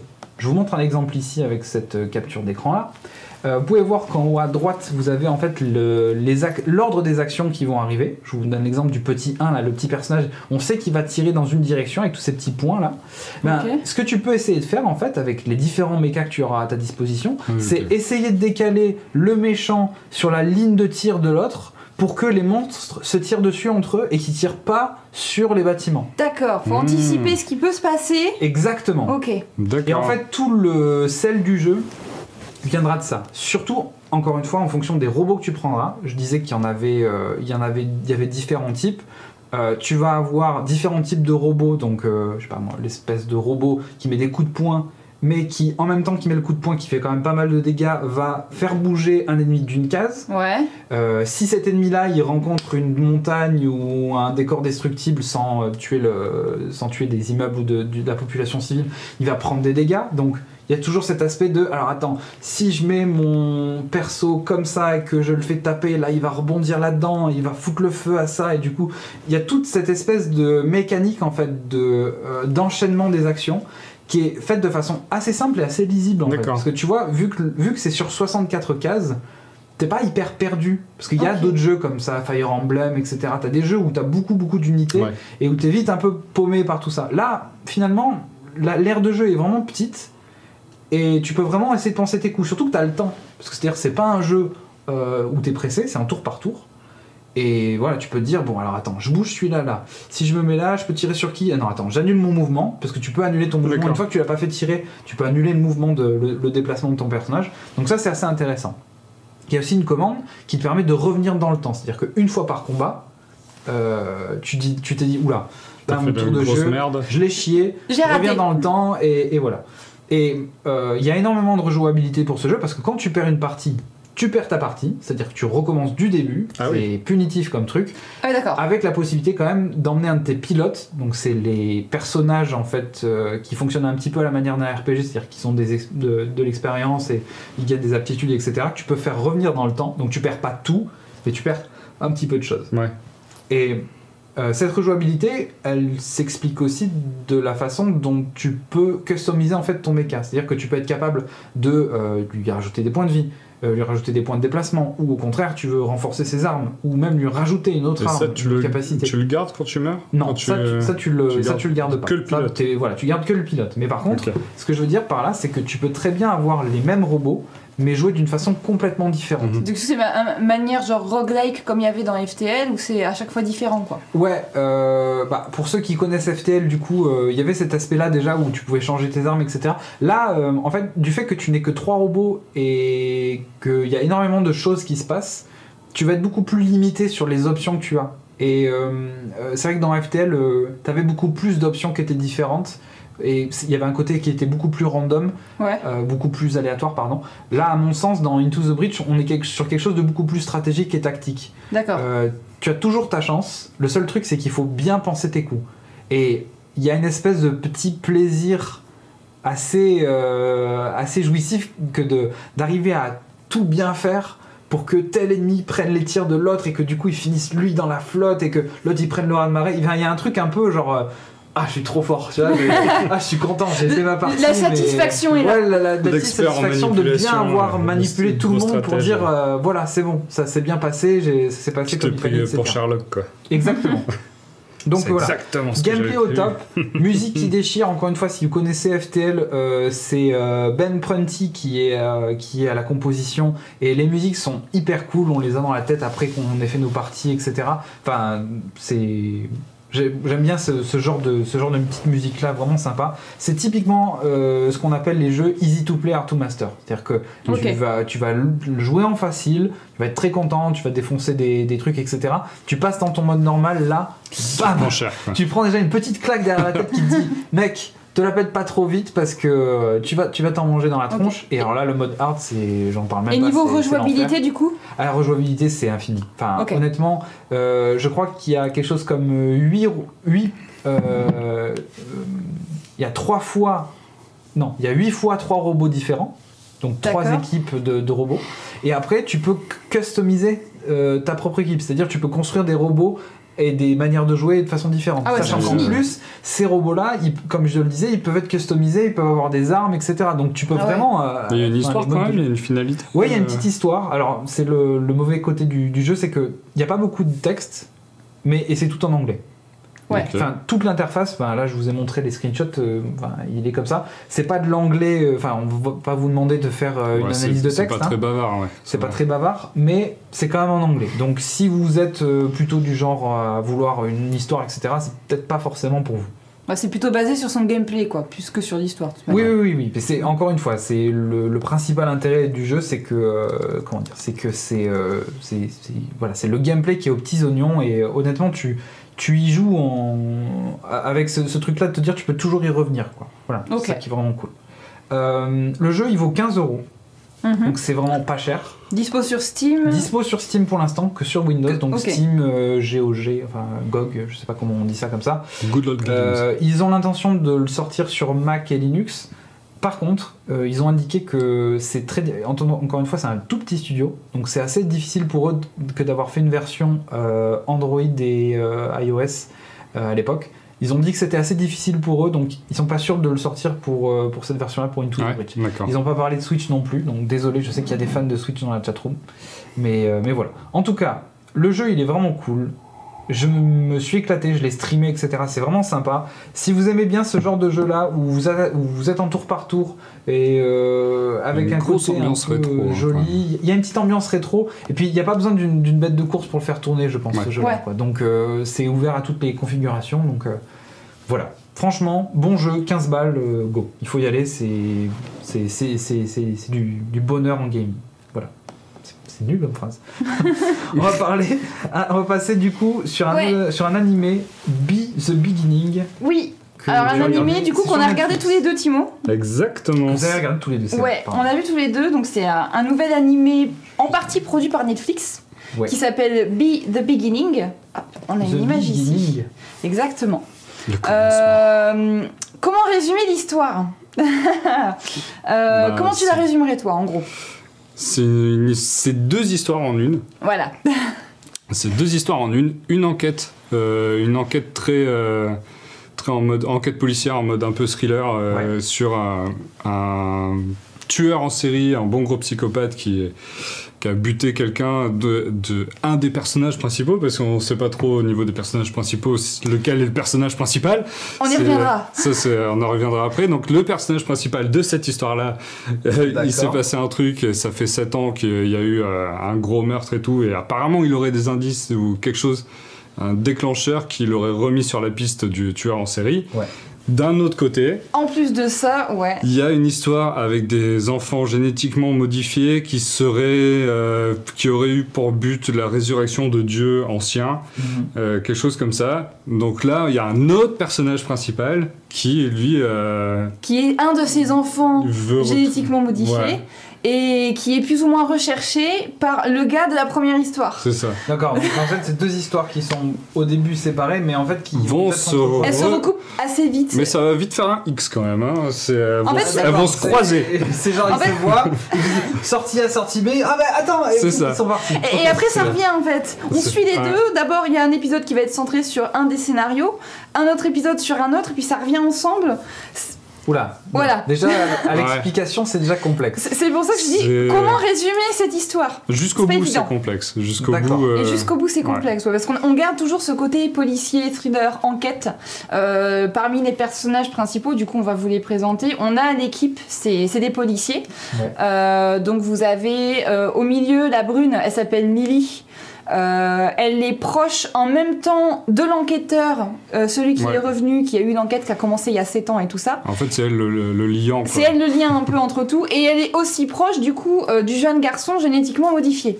Donc c'est un peu elle qui... Ces enfants génétiquement modifiés, les fameux Mom Santos. C'est ça. Joli Minotaur. Exactement. Et c'est là où le principal problème moi que j'ai trouvé, c'est au niveau du coup de la narration de l'histoire et du rythme. Ça patauge de fou. Donc ça rame vachement. Là ici on a le personnage du coup qui s'appelle Keith Flick, de son surnom Génie du coup. C'est lui l'enquêteur du coup qui est revenu pour enquêter sur ce fameux... Il y a une histoire de serial killer. Il y a une histoire d'organisations secrètes qui sont plus ou moins des terroristes. Qui ont un lien du coup avec ces recherches. Ils plantent des radis. Ils ont en plus un lien avec ces recherches d'enfants génétiquement modifiés et ils causent des problèmes dans l'enquête du premier personnage principal. C'est un bordel monstre. Je m'en rends compte à essayer de le résumer, c'est très compliqué. Et là, ce qu'on vous dit, c'est le premier épisode. En gros, on vous révèle pas des trucs très... c'est que le premier épisode, attends. Oui, ok. Ah oui, non, on ne spoil pas, vraiment. D'accord. On ne spoil pas. Tout ce qui est enfant génétiquement modifié, la première enquête, la deuxième sur le serial killer, l'organisation secrète, les 2 héros différents, c'est le premier épisode.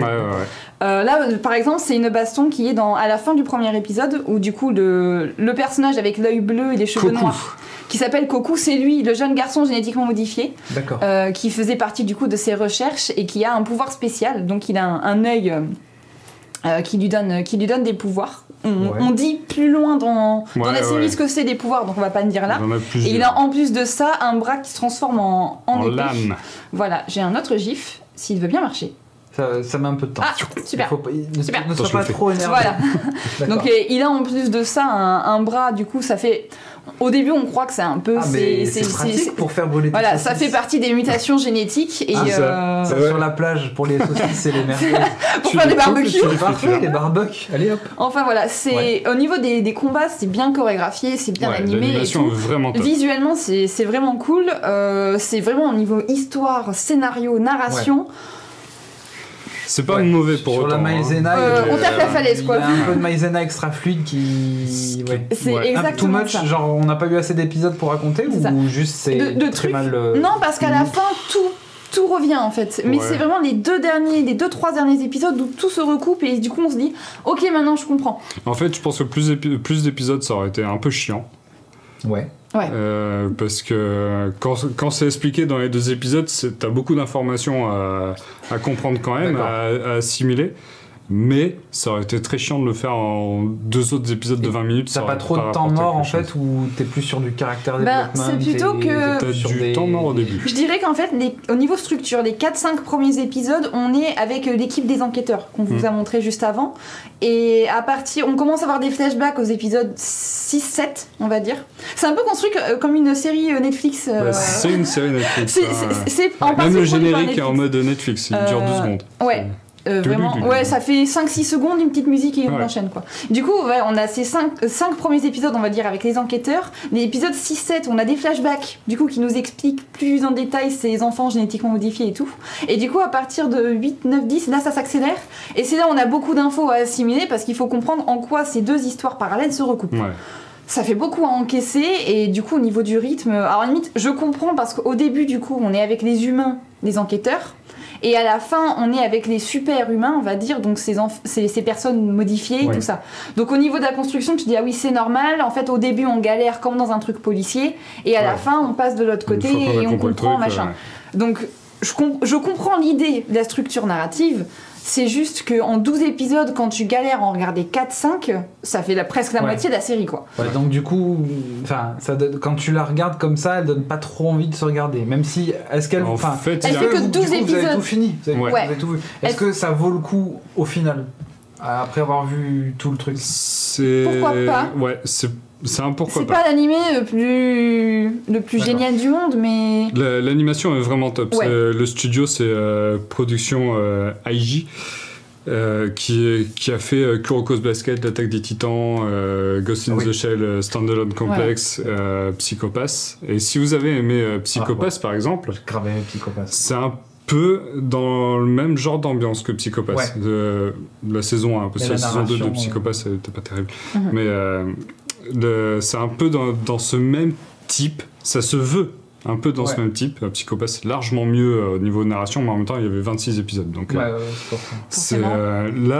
je pense qu'ils ont essayé d'en faire trop au niveau narration. Limite, cette histoire d'enfants génétiquement modifiés, ils auraient peut-être pas dû la faire comme ça. C'est un peu survolé au final. Qu'à la fin, voilà. Ça fait presque survoler au final. Et, ça aurait été plus intéressant de dire à la fin, en fait c'est des enfants modifiés, hop, saison 2. Parce qu'il va y avoir une saison 2. Voilà. Ça s'appelle B, The Beginning. Sans doute que ça va peut-être devenir B autre chose pour la saison 2, peut-être.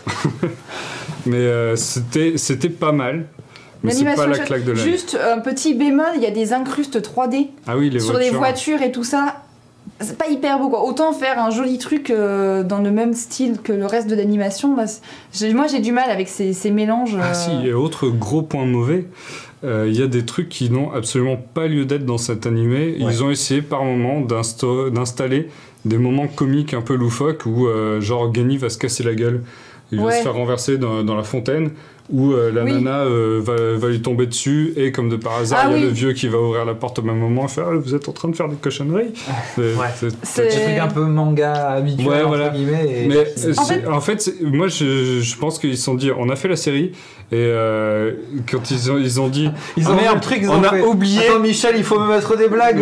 Mais des nichons aussi un peu là. C'est un peu ça. Mais franchement ça fait ça, c'est genre les reshoots de Justice League quoi. Faut rajouter quelque chose là-dedans là et là. Ok, on va faire ça. Mais je trouve que le problème d'équilibre aussi, c'est que t'as un côté qui est très shonen et un côté qui est plus seinen. Du coup, on sait pas trop où ils veulent aller. Un côté qui est plus pour les adultes et un autre pour les adolescents. C'est ça, Gany qui est plus vieux, ça correspond plus au côté seinen. C'est l'espèce de profiler, quand il réfléchit, il y a des choses qui apparaissent autour de lui, genre il est en train de faire des connexions, donc il y a du texte qui apparaît, il est très très fort en mathématiques, donc il y a plein de trucs de calcul et tout. Donc ça fait le génie comme on a dans plein de séries policières. Et à côté de ça, il y a vraiment ce personnage qui est très très héros shonen normal de Koku, qui a son œil qui lui donne des pouvoirs, qui a son bras en forme d'épée, qui vole, qui se bastonne, qui est hyper rapide, qui est hyper rapide et tout. Et du coup, il y a ces deux mélanges qui sont très bizarres ensemble. Il y a un souci de. Il y a un problème d'équilibre. Mélange des styles et de alerte spoil. D'où il y a du spoil. Ce qu'on vous a dit, c'est le premier épisode, les gens. C'est absolument pas du spoil, mais vraiment. Écoutez. Donc, jetez-y un coup d'œil. B The Beginning, c'est pas le meilleur animé que vous ayez vu. Tentez, c'est 12 épisodes, ça se regarde rapidement. C'est exactement ça. C'est exactement ça. J'attendais que quelqu'un me mette ce gif. C'est exactement ce genre de choses que l'on a avec le jeune ado, il est rapide. Il découvre la vie. Ça nous est arrivé à tous. Voilà. C'est en 12 épisodes, ça se regarde rapidement. L'histoire tient la route quand même, parce que ce que je dis, à la fin tout se recoupe et ça fait sens. Il n'y a pas de creux narratif, il n'y a pas des plot holes, machin. Pourquoi pas, jetez-y un coup d'œil, surtout s'il y a une suite. Oui, ils ont prévu. Il y a la scène post-générique à la fin. J'aime bien parce que dans les notes de l'émission, il y a la note de Lucille qui a fait 3-4 lignes, et il y a Thibaut qui marque tout ce qu'a dit Lucille est vrai. Voilà. J'aime bien une équipe soudée, c'est beau. Donc voilà. Parlons des premières images de Shazam. Donc c'est toi Thibaut qui nous en parle. C'est du DC, c'est ça? Shazam, ce n'est pas qu'une application pour connaître quelle est la musique. Non, c'est pas un film sur une application, c'est pas le film Emoji, c'est autre chose quoi. C'est vraiment c'est un super-héros de chez DC Comics. D'accord. Qui est un peu l'équivalent de Superman. Il est super fort, super rapide et tout. Il vole, il a une cape, il a un gros symbole. Je sais peut-être qu'avant il avait un slip jaune, oui. D'accord. C'est fort probable. Peut-être qu'il en a en dessous maintenant. Ouais, slip jaune, c'est. On espère. Au bout d'un moment. C'est un peu dégueulasse. Au bout d'un moment, c'est possible qu'il soit jaune, mais bon. Ok. Donc, du coup, c'est une. Alors, c'est quoi? C'est un film? C'est un film qui va sortir vraiment dans le monde DCEU. C'est officiel? Non, parce qu'ils commencent des projets, ils les finissent pas. Hein, donc. Est-ce que c'est officiel? Si c'est officiel, ça a vraiment commencé à tourner et tout. Il est prévu pour 2019. Il me semble. Alors c'est David Sandberg qui sera à la réalisation. Je sais pas du tout qui c'est ce mec. J'ai commencé à regarder les noms de ses films mais j'en ai vu aucun, donc je les ai totalement oubliés depuis. Mais en personnage principal il y a Zachary Levi, Ouais. qui était dans Chuck. Je sais pas si tu te souviens de la héros, série Chuck. Chuck, Ouais. je me rappelle. C'est Chuck. D'accord. le petit gringalet, C'est lui, un le peu super-héros. geek, qui se tape Miranda de Mass Effect. Ben voilà, c'est lui, c'est lui le super-héros. Et ce qui m'a, moi, le plus choqué, c'est déjà j'avais complètement oublié qu'il y avait un film Shazam, mais quand je l'ai vu dedans, je suis putain, la masse qu'il a fait, il a fait une Ben Affleck, quoi. Il est devenu énormissime. Énorme et sec. Ah ouais, c'est un bon gros bœuf. Je le reconnais même pas en vrai. On est d'accord que c'est Zachary Quinto? Non, Zachary Levi. Ah, Zachary Levi. Oh, je les confonds. J'ai rien dit. C'est pas le même. Je les confonds. C'est pour ça que je le reconnaissais pas, Zachary Quinto. Non, en effet. Ouais. Excusez-moi. C'est Chuck de... C'est Chuck. De Chuck. Donc, alors, je pense quand même que dans le costume, il y a du rembourrage, il y a des trucs pour, Ouais, d'accord, j'entends. masquer enfin, pour accentuer les muscles. Mais de toute façon, ils ont suivi une grosse transformation physique. Ce qui, moi, me plaît plutôt pas mal, c'est que le cosplay, j'allais dire. Ça fait un peu cosplay comme Alors, ça, sans après, retouche post-production. On est en pré-prod, voilà. Voilà. On est en tournage, il n'y a pas du tout la photographie du film, on n'a pas Ouais, les effets donc c'est spéciaux et pour tout ça. ça. Il Mais fait un peu gonflette, mais bon. le costume en lui-même est, pour le coup, hyper fidèle aux comics. Ouais. Là, c'est pas Aquaman qui est totalement différent, c'est vraiment là, on a pris Les gens, exactement le certains même. qui disent Botox, non mais on met pas de Botox dans les muscles, dans les muscles quand Moi même. j'aime bien, il y a Charlie qui nous dit ils lui ont enlevé la barbe en CGI. Et donc, alors, ça c'est les premières images, hein. Le film, pour ceux qui connaissent pas Shazam, parce que c'est pas un Ouais. personnage super connu, notamment chez nous, c'est Billy Batson, qui est un petit gamin de 14 ans, qui un jour reçoit le pouvoir de 6 anciens héros qu'un sorcier va lui transmettre lorsqu'il est en train de mourir. En gros, c'est Ok. le début du truc. Et ce gamin de 14 ans, gringalet, qui est tout petit, qui est joué par Jack Dylan Grazer, je sais plus dans quel film il est, dès qu'il crie Shazam, Ouais. il y a une espèce de gros éclair qui le frappe et hop, il se transforme en lui comme Ah, ça. d'accord. Donc, c'est un gamin de 14 ans qui se transforme en... Ouais. D'accord. Ah, C'est un intéressant personnage comme assez perso. drôle. Ouais. C'est un personnage forcément un peu niais, un peu...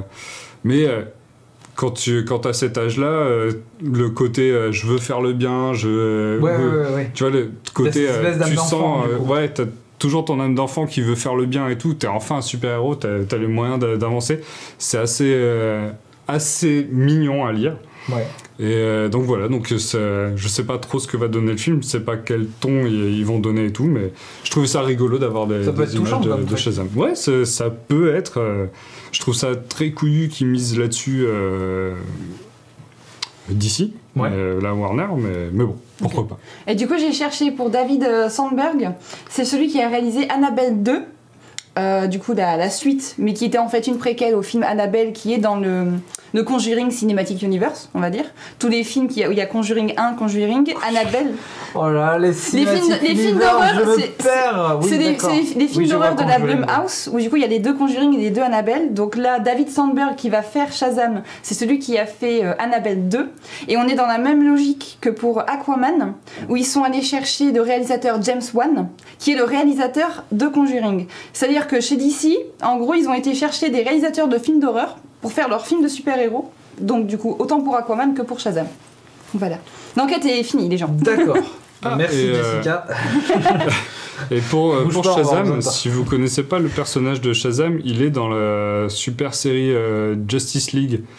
Nouvelle Pour les- génération, oui, nouvelle sur génération. Netflix, j'en avais parlé dans un des Geeking, il est dedans et il est pas mal aussi le personnage. Donc voilà, si vous voulez avoir un premier aperçu, D'accord. le découvrir. Bah justement, c'est conseillé dans le chatroom, je sais plus qui c'est qui disait, mais qui conseille la. C'est Meteor Boy, pardon, qui dit je conseille la série animée Justice League Action qui est vraiment pas mal avec une belle galerie de persos. Action, Peut-être pas de celle je dont tu connais parlais. pas celle-là par contre. Bon, ah bah encore une autre série. Encore une Justice autre. League.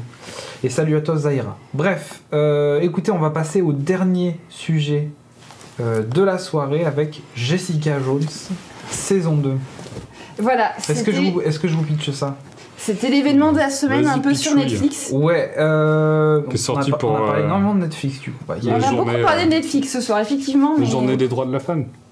Exactement. Donc, hier était publiée dans son intégralité, du coup, Ouais. la nouvelle saison de la série Netflix Marvel, parce que c'est un personnage Marvel, Jessica Jones, qu'on avait laissé du coup à la fin de la première saison. Non, on l'a laissé à Defenders. Ah oui, il y avait Defenders, excusez-moi. C'est important. J'ai pas vu The Defenders, donc si tu as vu, tu vas pouvoir Oui. compléter.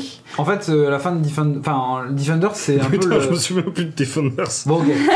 Disons que Defenders, ça a été le point où tous les héros ont un peu, entre sont guillemets, regroupés. accepté leur Ouais, statut de c'est vrai. héros et ont travaillé ensemble. Donc Jessica Jones, Daredevil, Defenders, c'est un peu oubliable. Iron mais, Fist, Luke Cage. mais Ouais. pour Jessica Jones, il y a eu un truc important, c'est qu'en fait, elle est devenue publique, Mhm. entre gros guillemets. C'est-à-dire que elle se... Des gens la Elle a- connaissent en tant que super. Voilà, Humaine. en tant que super-héroïne, ils savent qu'il y a une fille super-héros dans l'équipe qui s'est battue, et c'est ce qui transparaît en fait dans cette saison 2. C'est-à-dire que Ouais. Putain, la je me série, souviens pas. la série arrive et on est en train de se... Bah après, il y a eu des rumeurs forcément. T'imagines que vu qu'ils ont accompli des choses et qu'ils ont fait tomber Baron de la drogue et Malfrat, bah, il y a des trucs qui sont passés. Puis même...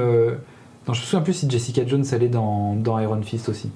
Je me souviens plus. Je suis pas Je crois sûr. pas. Bref. On ça la pour dire- retrouve. Ça pour dire quoi? On la retrouve. C'est toujours une super-héros. Elle a tué Killgrave à la fin de la saison 1. Spoil J'espère pour que les c'est gens pas qui n'ont spoil. pas vu. Elle est sortie il y a 1 an. Hein, donc, 2 voilà, ans même. Voilà, Novembre 2 ans. 2000. Bon, elle a 15. tué son bourreau, Killgrave, qu'il a utilisé, qui s'est servi d'elle, etc. Elle a quand même des remords parce qu'elle a tué quelqu'un. Et Ouais. voilà, en tant que super-héros, elle sait pas vraiment se positionner par rapport à ça. C'est une super-héros et les gens, La encore une connaissent. fois, c'est soit ils la voient comme une héroïne alors qu'elle, c'est un peu un anti-héros qui passe son temps À picoler. à picoler, à Ouais. boire du whisky. Et d'un autre côté aussi, ils peuvent peut-être la voir, tu vois, comme un monstre et comme Oui, quelque chose ouais. de pas très naturel. Du coup, ils ont un peu peur d'eux, etc. Et en plus de tout ça, c'est toujours le même personnage, c'est-à-dire que c'est un personnage qui est torturé. Ouais. C'est un personnage, comme je disais, elle passe son temps à picoler. Elle a ses démons, elle sait pas trop où se foutre. Elle a son passé qui lui pose problème, etc. Et du coup, en cette début de saison, elle va un peu chercher tout ça sans aller trop loin dans l'explication. de ce Ouais, qui et se sans passe. forcément y avoir forcément envie non plus. C'est-à-dire Ouais. que ça va peut-être même des fois être un peu tombe imposé su- par rapport ouais, à elle. ça tombe un peu sur elle et bon, elle se retrouve un peu obligée à aller enquêter là-dessus sans aller trop loin dans l'explication. En gros, elle va chercher le laboratoire et les gens responsables de ses pouvoirs. Ouais, on en avait déjà ça dans la première saison, ça en parlait Jusque-là, déjà. c'est pas du spoil. Elle va chercher du coup les gens qui sont responsables et du coup, dans sa démarche, il y a le côté du est-ce que c'est eux les monstres ou est-ce que c'est moi? Il y a tout ce questionnement. Ouais, bon. Bah, Ok. Non, mais c'est- dans le ok. discours qui est tenu par sa partenaire, du coup, Trish, la blonde, Ouais. il y a ce discours de c'est eux qu'elle diabolise parce que vous avez rendu Jessica comme ça. Donc il y a Voilà. moi c'est un des trucs que j'ai bien aimé dans cette saison. Il y a cette espèce de discours puisqu'il y a un autre personnage qui en parle. Je sais pas si tu vois qui. Oui, mais ils vont pas comprendre. Ouais. Enfin, en Il y gros, a- il y a pas qu'elle en fait qui Il y a pas qu'elle qui a des pouvoirs. De toute façon, il y avait déjà ça avec Defenders, ils étaient plusieurs à avoir Il des y a pouvoirs, du coup, etc. il y a ce discours du où sont les monstres. Est-ce que c'est forcément nous qui avons des pouvoirs qui avons été modifiés ou pas? Et moi, c'est un truc que j'ai bien aimé parce que c'est vrai que ça enlève un peu le côté manichéen. On est un peu à la frontière en fait Ouais. entre le héros hyper idéalisé. Et je trouve qu'on est un peu dans la logique du coup de la phase 3 de Marvel avec le Civil War qui posait des questions des responsabilités des héros. On est un peu dans la même idée. Je vais peut-être un peu loin dans Non, mon mais analyse. t'as le droit, attention, Mais t'as le moi droit je de trouvais qu'on penser est ça. on est un peu dans cette dynamique-là en fait. Enfin, ce qui est intéressant aussi de préciser, c'est que les acolytes sont toujours là. Ouais. Donc on a toujours, comme on le disait, donc Trish, la journaliste qui est à sa droite. On a aussi Malcolm, Qui est son associé, qui est son associé, et, enfin, qui lui aussi était utilisé par Killgrave. Donc ils ont resserré leur lien et lui, il est vachement plus intéressant à regarder qu'à la saison 1 où il campait un espèce de junkie un peu addict qui n'était pas hyper Ouais. intéressant. Pas Là, très il a développé, vraiment, ouais. là, il a vraiment un développement, un personnage intéressant. On l'avait vu Et, dans Defenders. et j'ai complètement oublié son nom. Trinity. Carrie-Anne Moss. Carrie-Anne Moss qui Voilà. joue Jerry, l'avocate, Jerry, merci. Ouais. Qui- qu'on Alors, adore. encore une fois, hein, je l'avais déjà dit pour le premier. Enfin, quand je l'avais vu dans d'autres séries Marvel, mais alors Carrie-Anne Moss, elle est exceptionnelle. Cette femme, elle a un jeu, elle a un charisme, elle a une tronche. C'est con qu'on la voit pas dans plus de films et plus de séries parce que Elle a la classe, a en un fait. truc, cette femme. Elle a la c'est classe. encore une autre photo de Carrie Ann Moss et de Jessica Jones. Ouais.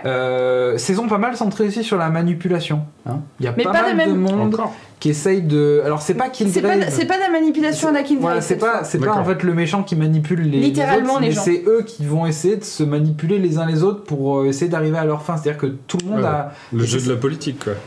Ouais, mais c'est un petit peu... Abus de confiance. Tout le monde a un peu sa propre histoire et ses propres motivations. Ouais, motivations, et ils vont essayer un peu d'utiliser les autres sans forcément se partager tout. C'est un peu bordélique et chacun a un peu son histoire. Ouais. Sinon, Coup de pute-lande. un petit peu. Sinon, pour parler de Jessica, parce que voilà, qu'est-ce qui lui arrive à cette pauvre fille?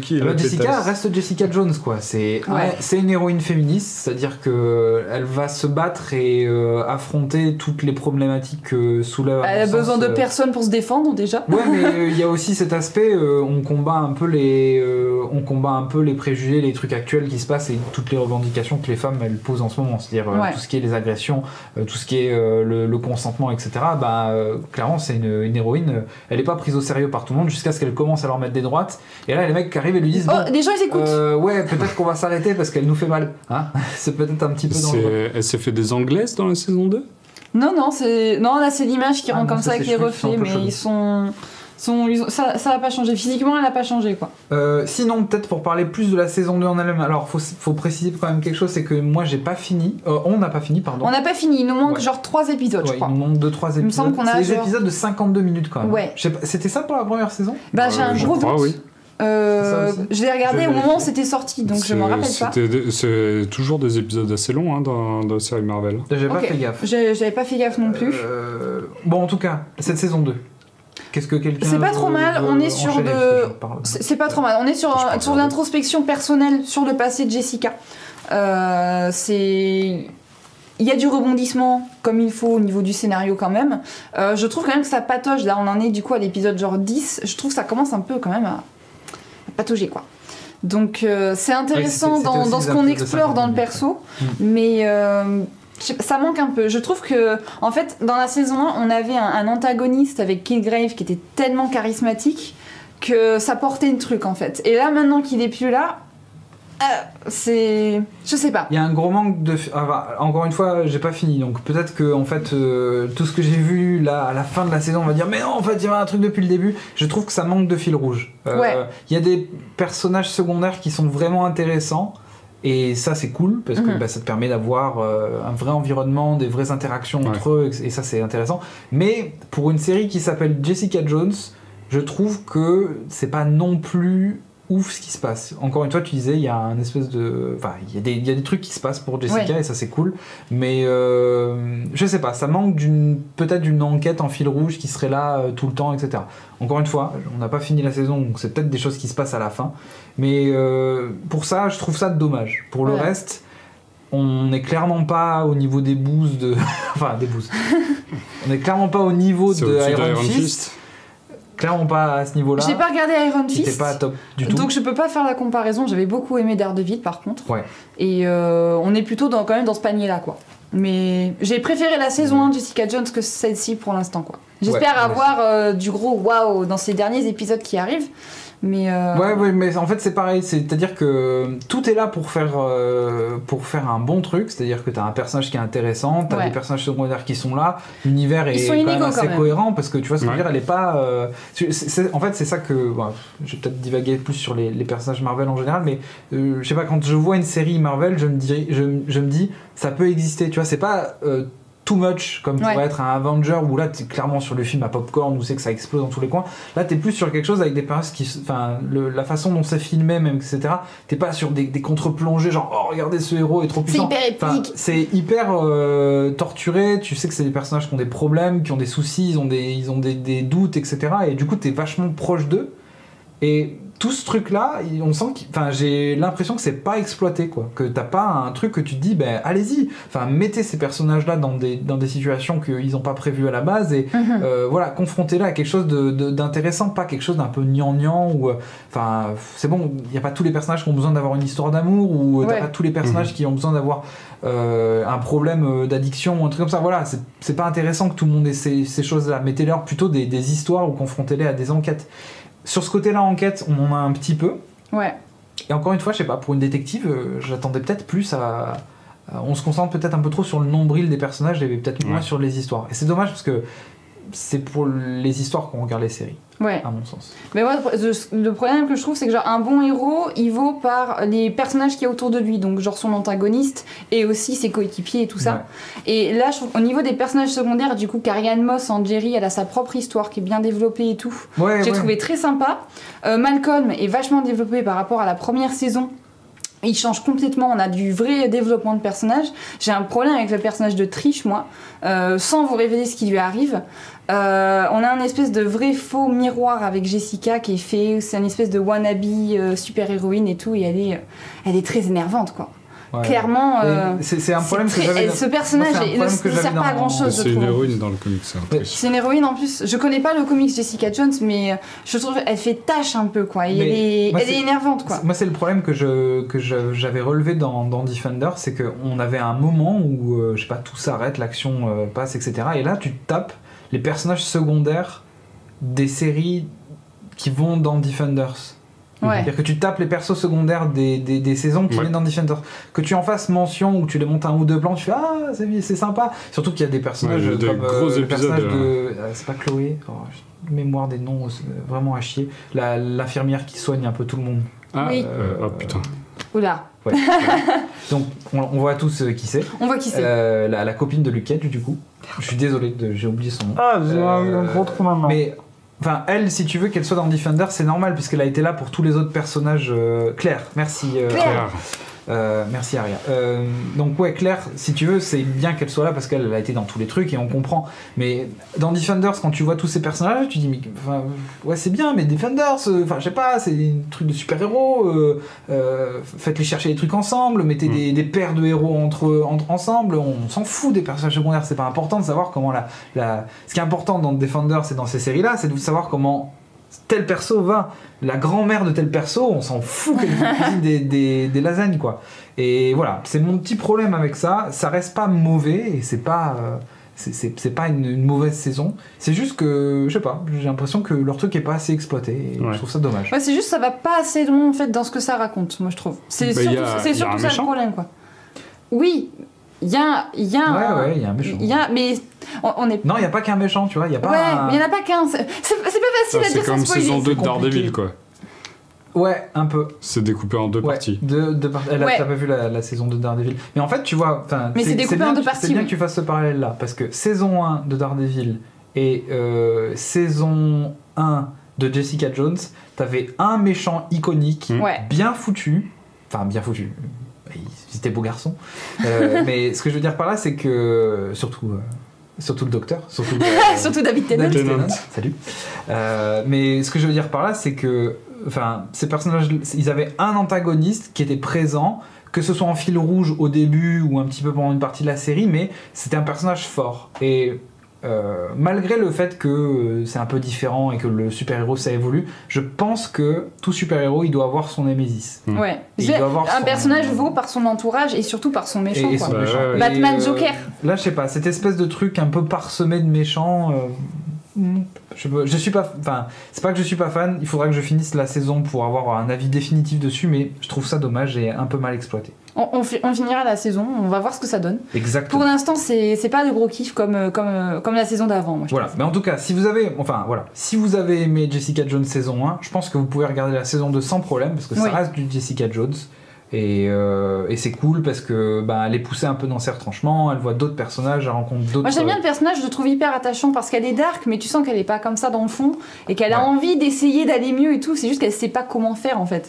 Et moi j'aime beaucoup le personnage elle est un peu handicapée sociale, mais c'est très... C'est ça en fait, c'est vraiment le personnage handicapé social. Mais encore une fois, elle est bien écrite, c'est drôle, elle sort des punchlines, elle met des punchs dans les gens, dans la tête des gens. Littéralement des punchlines. Voilà, c'est ça. Des fois c'est des punchs, des fois c'est des lines. Ça c'est des punchlines de toute façon. Bref, tout ça pour vous dire que c'était cool et on arrive à la fin de l'émission, donc c'est parti pour la fin. Je lance. Vas-y. Allez.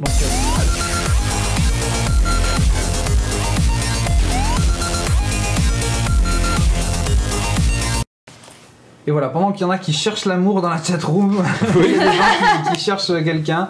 Écoutez, allez sur des sites, peut-être que Twitch c'est pas le meilleur moyen de rencontrer l'amour sur internet.